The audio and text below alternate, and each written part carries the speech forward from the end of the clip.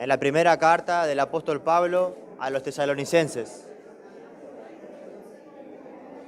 Primera a Tesalonicenses, capítulo 1, versículo 1. Y vamos a comenzar con una serie de mensajes, hoy será el primero, desarrollando esta hermosa carta. Y leemos la palabra del Señor. Y le invito a que se ponga de pie, si no lo hizo, en reverencia a la palabra de nuestro Dios. Leemos juntos. Pablo, Silvano y Timoteo a la iglesia de los tesalonicenses, en Dios Padre y en el Señor Jesucristo. Gracia y paz sean a vosotros, de Dios nuestro Padre y del Señor Jesucristo. Damos siempre gracias a vosotros por todos, damos siempre gracias a Dios, por todos vosotros, haciendo memoria de vosotros en nuestras oraciones, acordándonos sin cesar delante del Dios y Padre nuestro, de la obra de vuestra fe, del trabajo de vuestro amor y de vuestra constancia en la esperanza en nuestro Señor Jesucristo. Señor, te damos gracias. Gracias por este tiempo que podemos tener esta libertad de proclamar tu palabra. Queremos rogar que este tiempo sea beneficioso para nuestras vidas y que tú edifiques nuestras vidas a través de tu palabra. Para eso ruego que uses mi vida como una herramienta en tus manos, que me ayudes a ser claro, que me ayudes a ser sencillo y que cada uno de mis hermanos puedan comprender el mensaje de tu palabra. Y también, como siempre lo hacemos, ruego para que puedan estar atentos a la voz de tu palabra y que tu Espíritu Santo esté obrando allí en lo más profundo de nuestros pensamientos y de nuestros corazones, Señor. Gracias. En Cristo Jesús. Amén. Amén. Pueden sentarse si usted lo quiere hacer, mis hermanos. Y me gustaría comenzar preguntándonos cuáles son las características que definen a una iglesia ejemplar, a una iglesia modelo. Porque esta es la descripción que hace el apóstol Pablo de estos hermanos. Los describe como una iglesia ejemplar, una iglesia modelo, unos hermanos a seguir y a copiar su carácter. Y yo me preguntaba, ¿cuáles son las características que definen a una iglesia modelo? La cantidad de gente que reúne, miles y miles de personas. El estilo musical en la adoración, si es medio lento, si es medio rápido. El tamaño del salón donde se reúne la iglesia. ¿Cuáles son las características que definen a una iglesia modelo? Bueno, hoy veremos algunas de las características que el apóstol Pablo nos habla de estos hermanos, de la iglesia en Tesalónica, que la convierten en un modelo a seguir por el cual el apóstol Pablo agradece. Constantemente los recuerda y agradece por cada uno de ellos, dice. Y dice allí en el versículo 2, damos siempre gracias a Dios por todos vosotros, haciendo memoria de vosotros en nuestras oraciones. El apóstol Pablo era consciente de que así como Dios trajo a la existencia y le dio vida a esta iglesia en Tesalónica, la madurez de esta iglesia provenía de Dios, de la obra que Él estaba haciendo en cada uno de sus hermanos, que eran parte de la iglesia en Tesalónica. Por eso agradece, dice. Por eso los recuerda constantemente en sus oraciones, por el carácter que podía percibir de estos hermanos. Porque Timoteo fue a visitar a los hermanos y regresó con un informe de buenas noticias y les dijo que estos hermanos estaban viviendo de acuerdo a su llamado. Y Pablo dice que junto a su equipo de ministerio, cada vez que oraba y daba gracias a Dios por ellos, porque podía ver las marcas del crecimiento espiritual en la vida de estos hermanos y se gozaba y agradecía al Señor por la vida de estos hermanos. Y yo me preguntaba, si el apóstol Pablo está dando gracias por hermanos, de manera particular y de manera general, si está siendo agradecido por Dios, por la iglesia, ¿cuándo fue la última vez que le dimos gracias a Dios por nuestra iglesia? ¿Cuándo fue la última vez que agradecimos a Dios por cada uno de los hermanos que conforman la iglesia? ¿Cuándo fue? Y cuando hablo de agradecer, no me estoy refiriendo a generalidades, me estoy refiriendo a cosas específicas por las cuales nosotros podemos agradecer por el hermano tal, por la hermana tal, por el hermano tal. Cosas específicas. Miren, mis hermanos, debe haber al menos una cosa en la cual nosotros podamos ver en nuestros hermanos de poder agradecer a Dios. Alguna virtud. Pablo dice en la carta de los Corintios que agradeció a Dios por los corintios. Y los corintios lo volvieron loco, pobre Pablo. Le trajeron muchísimos problemas. Sin embargo, dice en su carta que él agradecía a Dios por esos hermanos. Entonces nosotros, que no sé si seremos mejores o peores que los corintios, pero sí podemos encontrar y deberíamos encontrar en la iglesia cosas, virtudes por las cuales agradecer a Dios. Ahora él agradece por estos hermanos, porque él podía apreciar, porque el informe que trajo Timoteo de estos hermanos era maravilloso, porque podía encontrar virtudes fundamentales del carácter cristiano, podía encontrar en ellos virtudes fundamentales de una iglesia modelo, que son la fe, el amor y la esperanza. Por eso, estas virtudes son las que nos dan energía a cada uno de nosotros que somos creyentes para producir fruto. La fe, la confianza en nuestro Señor Jesucristo, que nos lleva a obrar y a obedecer. El amor que nos motiva a trabajar, y la esperanza en la cual perseveramos día a día. Y esos van a ser los puntos de nuestro mensaje en esta mañana. Por eso, en primer lugar, dice el apóstol Pablo, siempre damos gracias recordando la obra de vuestra fe. La obra que es producida por la fe que ustedes tienen en Dios, la confianza, la fe, ese abrazo que tienen con Cristo, esa fe, esa confianza que tienen en el Señor, produce y está produciendo en ustedes, hermanos, dice, obras palpables, que la podemos ver, que la podemos notar, que son notorias. Y luego más adelante vamos a ver más acerca de esto en el próximo mensaje. El creyente es alguien que ha sido transformado por medio de la palabra, por la obra del Espíritu Santo, y esa transformación se hace visible por medio de las obras, por medio de actos en los cuales yo beneficio a mis hermanos, por medio de mi obediencia a Dios. Estoy demostrando que mi fe es verdadera. Porque Santiago dice que una fe que no tiene obras, esa es una fe muerta. Si en nuestras vidas no hay obra, si no hay nada bueno en nuestras vidas, en las cuales podamos agradar a Dios, si en nuestra vida no hay obediencia, dice la palabra de Dios en Santiago capítulo 2, versículo 17, que esa fe es muerta. La fe es el combustible que nos mueve a poner nuestros dones al servicio del Señor, al servicio de nuestros hermanos, al servicio de nuestro prójimo, porque entendemos ahora lo que nuestro Señor Jesucristo ha hecho por nosotros. Por eso, como nos hemos aferrado a Él, ahora nosotros nos ponemos en servicio al Dios y rendimos toda nuestra vida, todo nuestro ser y todos los dones con el cual Él nos ha capacitado para la obra de la predicación y del servicio en la iglesia y en el mundo. Pero Pablo no solamente remarca y que agradece por esto de los hermanos, porque era palpable la obra de la fe en la vida de ellos, sino que además dice que da gracias por los tesalonicenses porque recordaba el trabajo que ellos hacían motivados por el amor. Ellos trabajaban esforzadamente porque eran motivados por el amor. Un amor en primer lugar hacia Dios, pero en segundo lugar hacia sus hermanos y hacia su prójimo. Un trabajo esforzado que es motivado, no porque sean reconocidos y para que Pablo diga, wow, miren los tesalonicenses, no para que le den un diploma, no para estar y ser publicado por todos lados.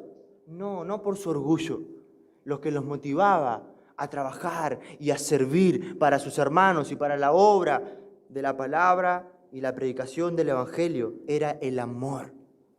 El amor era el que los impulsaba. no el orgullo, no el buscar reconocimiento, no el buscar el aplauso.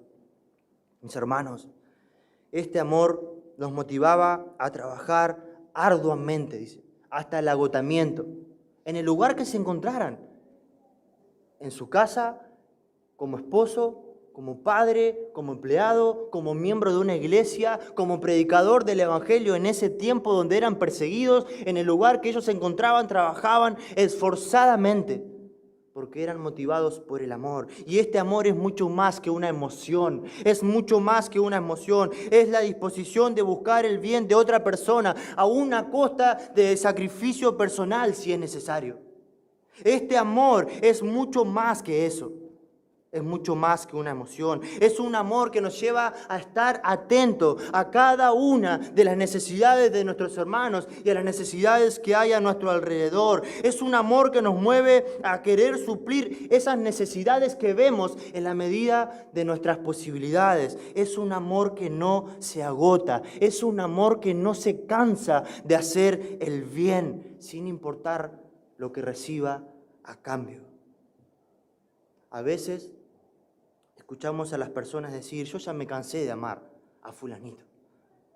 Yo ya me cansé de servir, de dar mi vida, ya estoy cansado. Pero ¿sabes qué, mi hermano? La vida cristiana consiste en esto. La vida cristiana consiste en dar nuestra vida, en amar y en servir. ¿Por qué? No porque yo lo digo, porque nuestro Señor Jesucristo ha hecho y ha demostrado este amor de esa manera. De esa manera. Y esta es la virtud a la que nunca debemos dejar de crecer. Nunca debemos dejar de crecer en el amor. Y es más, el apóstol Pablo le dice a los tesalonicenses que él siempre los recuerda en sus oraciones. En el capítulo 4, versículo 9. Y su trabajo de amor. Pero más adelante le dice que él quiere que ellos sigan creciendo más y más en amor. No, hermano, no se conformen en el amor que ustedes tienen ahora, le dice en el capítulo 4. Dice, pero acerca del amor fraternal no tienen necesidad de que se le escriba nada. ¡Wow! Estos eran hermanos totalmente amorosos, le dice Pablo aquí. Porque vosotros mismos habéis aprendido ¿de quién? De Dios, que os améis unos a otros. Aprendieron y lo están aplicando y están siendo amorosos unos con otros. Y en el versículo 10 del capítulo 4 dice, y también lo hacéis con todos los hermanos que están por toda Macedonia. ¡Wow, hermanos! ¡Qué hermanos más amorosos! Pero Pablo le dice, pero les ruego, hermanos, pero les ruego que abundéis en ello más y más. No se conformen, nunca es demasiado el amor. La gente debería decir, wow, la verdad que Federico es un tipo amoroso. Qué amoroso que es ese pibe. Eso debería decir. Pero cuando nos ven dentro de un año, más adelante, en el 2025, deberían decir, wow, la verdad que yo creí que Federico era amoroso, pero ahora es mucho más amoroso de lo que era antes. Eso es lo que Pablo está diciendo. No se conformen. No digan, ya está. Eso es lo que Pablo quiere para los tesalonicenses y Dios quiere para nuestra vida. Hermanos, el amor nunca es demasiado. Nunca es demasiado el amor. Mira a Cristo. Tú no dices, y cuando piensas en que eres un pecador, decís, Señor, ya está, deja de amarme. Es demasiado el amor que tú tienes para conmigo. Hermanos, nuestra medida de amor, la medida de amor para ti, no soy yo. La medida de amor para mí no eres tú. La medida de amor para mí es mirar la cruz y es mirar a Cristo. Por eso le dice Juan en la primera carta a los hermanos, en el capítulo 4, versículo 10, en esto consiste el amor. ¿En qué consiste el amor, Juan? No en que nosotros hayamos amado a Dios, sino en que Él nos amó a nosotros. ¿Y qué hizo para demostrar su amor? Envió a su Hijo en propiciación por nuestros pecados. Envió a su Hijo para que Él recibiera toda la ira que cada pecador merece. Eso es la propiciación, para que Él recibiera toda la ira porque nos amó, dice.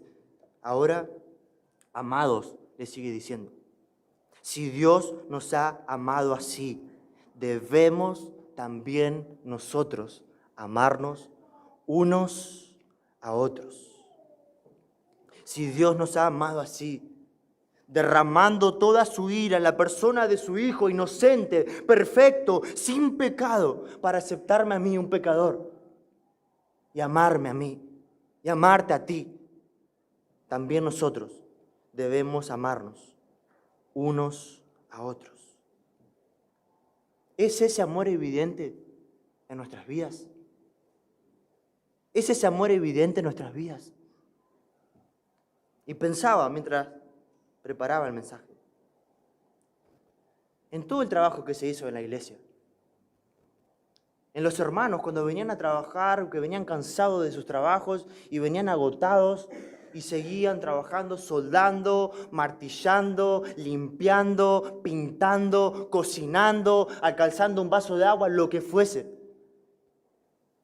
Eso es demostrar amor. Eso es un trabajo arduo. Eso es amar. Ahora, hermano, no estoy diciendo aquí que te frotes las manos y empieces a decir, que bueno, esto es lo que el hermano fulanito necesita escuchar. Porque a él le falta amor. Porque al hermano tal le falta amar. Entonces, qué bueno, hermano, que predicaste este mensaje. Justo lo que yo estaba pidiendo. No, hermano, no pienses así. La pregunta aquí no es si los hermanos te están amando a ti o si me están amando a mí de esa manera. Esa no es la pregunta. Esa no es la cuestión. La pregunta es, ¿estamos demostrando esa clase de amor hacia los hermanos? Federico, yo estoy mostrando esa clase de amor a mis hermanos, no solamente con palabras, sino también con hechos. ¿Lo estoy haciendo? Si todos los miembros de la iglesia amaran como yo amo, si todos nosotros amáramos como deberíamos amar, Pablo podría agradecer a Dios por cada uno de nosotros. Podría decir, oh Señor, gracias por los hermanos de Sión que están en Catán, por su obra de fe, por su trabajo de amor. ¿Podría? Hermanos, la iglesia es lo que sus miembros son. No es otra cosa. Nosotros conformamos el cuerpo de la iglesia. Cada uno de nosotros. Cada uno. La iglesia es lo que sus miembros son. Y hay personas que son como ese hombre que está en la plaza hablando con un desconocido y mientras está hablando con ese hombre pasa un niño corriendo y le dice, ese niño me da tanta pena ese niño. A lo que el hombre desconocido le pregunta, ¿pero por qué te da tanta pena ese pequeño? Bueno, porque ese pobre niño tiene una familia desastrosa, terrible. A lo que el desconocido le pregunta, ¿y vos cómo sabés eso? Y el hombre le dice, porque yo soy el padre. No podés decir que ese niño tiene una familia desastrosa. Tendrías que decir que tu familia es desastrosa. Que tu familia es un desastre. Así hay personas que hablan de la iglesia como si ellos no fueran parte de la iglesia. Y se ponen a un lado y empiezan a decir, es que a la iglesia le falta esto, es que a la iglesia le falta amor, es que a la iglesia esto. Siempre hablando cosas negativas de la iglesia. Y no digo que no es bueno criticar con quien usted tiene que hablar y criticar de manera respetuosa y hablar esas cosas con quien tiene que hablar de manera respetuosa, porque siempre buscamos mejorar y cambiar, siempre se busca eso. Pero esto es otra cosa. Esto es otra cosa. Hermanos, la iglesia eres tú y soy yo. La iglesia la conformamos cada uno de nosotros. Todos nosotros conformamos la iglesia. Este salón, estas 4 paredes y este techo no son la iglesia. Es el salón donde la iglesia bautista Sion se congrega. Pero este salón no es la iglesia. La iglesia somos nosotros, son personas. Entonces la iglesia va a ser lo que sus miembros son. Y esto nos debería llevarnos a una pregunta. ¿Cómo sería la iglesia si todos los miembros fueran como yo soy? ¿Cómo sería? ¿Sería más amorosa? ¿Demostrarías demostraríamos buenas obras, buenas actitudes, buenas acciones, un buen servicio a nuestros hermanos, sacrificial, agotador, sin buscar nada a cambio, sin importarnos nada, sin importar quién hace, quién no hace, quién dice, quién no dice. ¿Cómo sería la iglesia? Pero también hay otra tercera característica del carácter cristiano que conforma a una iglesia modelo. Y dice el apóstol Pablo que es la constancia en la esperanza en nuestro Señor Jesucristo. La constancia, dice Pablo. La constancia. Esto señala la capacidad de permanecer bajo mucha presión por mucho tiempo y no quebrarse.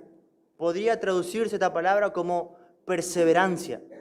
La perseverancia en la esperanza en nuestro Señor Jesucristo. Estos hermanos tesalonicenses estaban experimentando mucha oposición.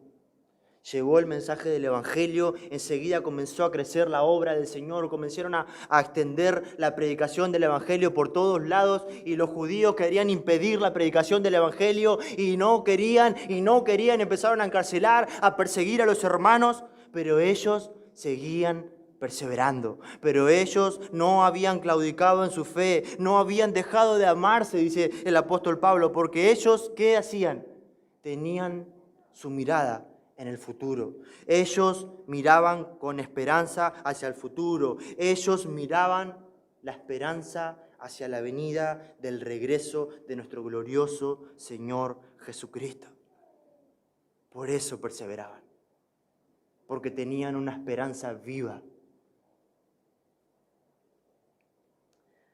Pablo lo describe como personas que se convirtieron de los ídolos al Dios vivo y verdadero, para esperar de los cielos a su Hijo, al que los libró de la ira, para esperar al Señor Jesucristo. Hermanos, es imposible perseverar en la vida cristiana, manteniéndonos fieles y fructíferos con el paso de los años, si no vivimos a la luz de esta verdad, si no vivimos a la luz de esta esperanza. Va a ser imposible vivir la vida cristiana. Cristo viene. Cristo va a regresar pronto por su iglesia y es esa esperanza la que hace posible que nosotros sigamos perseverando en medio de un mundo que se opone a nuestra fe, a nuestros valores, a nuestros principios, a todo lo que nosotros queremos. Es imposible que podamos perseverar si no nos arraigamos en esta esperanza. Nuestra vida es fugaz. Hermanos, nadie es eterno. No piense que eres eterno. Nuestra vida es fugaz. Nuestra vida es como la niebla. Pero lo que nos espera es 1000 veces más glorioso. 1000 veces incomparable. Nuestras vidas se dirigen con toda certeza a un futuro glorioso. Y ese futuro glorioso que nos espera hace que valga la pena seguir corriendo esta carrera sin que nos importe los obstáculos que pueda haber en el camino. Y eso le dice Pablo a los romanos en el capítulo 8, versículo 18. Hermanos, les dice, tengo la certeza y estoy seguro que las aflicciones de este tiempo, del tiempo presente, no son comparables con la gloria venidera que nosotros ha de manifestarse. No se puede comparar nada con la gloria que nos espera cuando regrese nuestro Señor Jesucristo, dice Pablo. Entonces, hermano, no nos quedemos en nuestro dolor. No nos quedemos en nuestra aflicción, postrados. No nos quedemos en nuestra dificultad, postrados. Y no quiero decir que no llores. No quiero decir que no te duelas. No quiero tampoco que pienses que soy una persona insensible. No. Pero lo que te quiero decir es que te levantes. Levántate de tu aflicción, levántate de tu dificultad y de tu dolor y mira hacia adelante, mira hacia el futuro. Nos espera un futuro glorioso, incomparable y eterno, dice Pablo, que no se puede comparar con lo que nosotros podamos padecer en este mundo, que ni siquiera yo me puedo imaginar. Pero Pablo nos dice que es cierto y que es seguro. Nos espera la gloria eterna cuando Cristo regrese. ¿Es esa esperanza la que fortalece nuestra fe? ¿Es esa esperanza la que alimenta nuestro amor? Pablo le dice a los colosenses en el primer capítulo, versículo 3, que él da gracias por los hermanos porque han amado a todos los santos. ¿Pero qué fue lo que los motivó a amar a todos los santos? Dice Pablo, la causa es la esperanza que les está guardada en los cielos. Estos hermanos tenían una esperanza que los llevaba a amar a sus hermanos, a todos los santos, a no pensar en sí mismos, porque la falta de esperanza nos vuelve egoístas y siempre nos estamos mirando nuestro ombligo, nuestros problemas, nuestras dificultades. Cuando yo no estoy mirando lo que me espera en el futuro, la gloria eterna que me espera en el futuro, me vuelvo egoísta y me encierro en mí mismo. Pero cuando yo entiendo que me espera la gloria eterna, cuando yo entiendo que lo que me espera no se puede comparar absolutamente con nada, tengo la plena libertad de dedicar toda mi vida al pleno servicio de Dios, de amar a mis hermanos, de amar a mi comunidad, de amar a mi país y servir como Dios quiere que sirva. Porque me espera una esperanza gloriosa que no se puede comparar. Entonces, una iglesia modelo, una iglesia digna de imitar, se caracteriza por obras de fe, por la obra de su fe, porque su fe es palpable, se puede ver en una persona que es un creyente verdadero, por cómo se conduce, por su obediencia, porque se puede ver el trabajo de su amor, que el amor los lleva a servir sin importar nada, sin buscar nada a cambio. Y la última característica es que persevera en la esperanza. No se queda en las dificultades, no se queda en su dolor, no se queda en su aflicción, en la persecución, sino que sigue adelante, porque lo que le espera es mucho más glorioso que lo que hoy está pasando. Hermanos, la iglesia fue establecida por Dios. Ninguno de nosotros estableció la iglesia, ni nuestros pastores establecieron la iglesia. El que ha establecido la iglesia es Dios el que le ha dado vida, es Dios el que sostiene y es Dios el que santifica a su iglesia. Es Dios, pero también cada uno de nosotros, cada miembro de la iglesia, es responsable de crecer en estas virtudes en dependencia de ese mismo Dios. Crecer y crecer para la gloria de su nombre. La iglesia será lo que sus miembros son. ¿Qué tipo de iglesia queremos ser?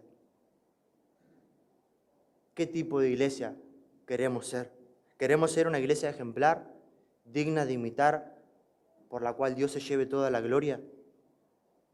Debemos imitar y seguir el ejemplo de estos hermanos, para que luego nuestros hijos, para que luego nuestros nietos sigan nuestro ejemplo y digan, sí, porque mi papá vivió de tal manera y era evidente como él vivía y amaba y servía al Señor. Sí, porque mi abuelo era evidente como él amaba y servía al Señor, porque era una persona ejemplar y me ha dejado ejemplo a seguir.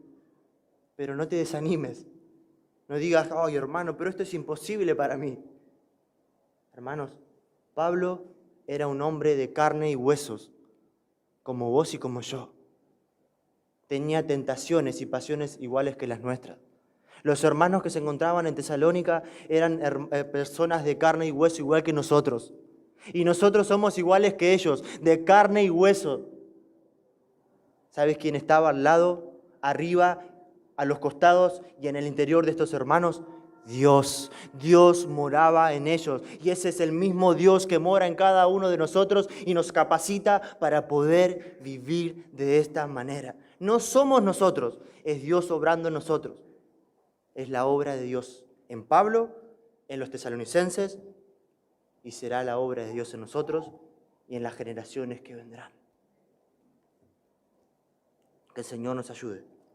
Y oramos. Padre, gracias. Gracias por tu bendita y maravillosa palabra. Una vez más, somos animados y confrontados y desafiados, pero esta es la vida que queremos vivir, Señor.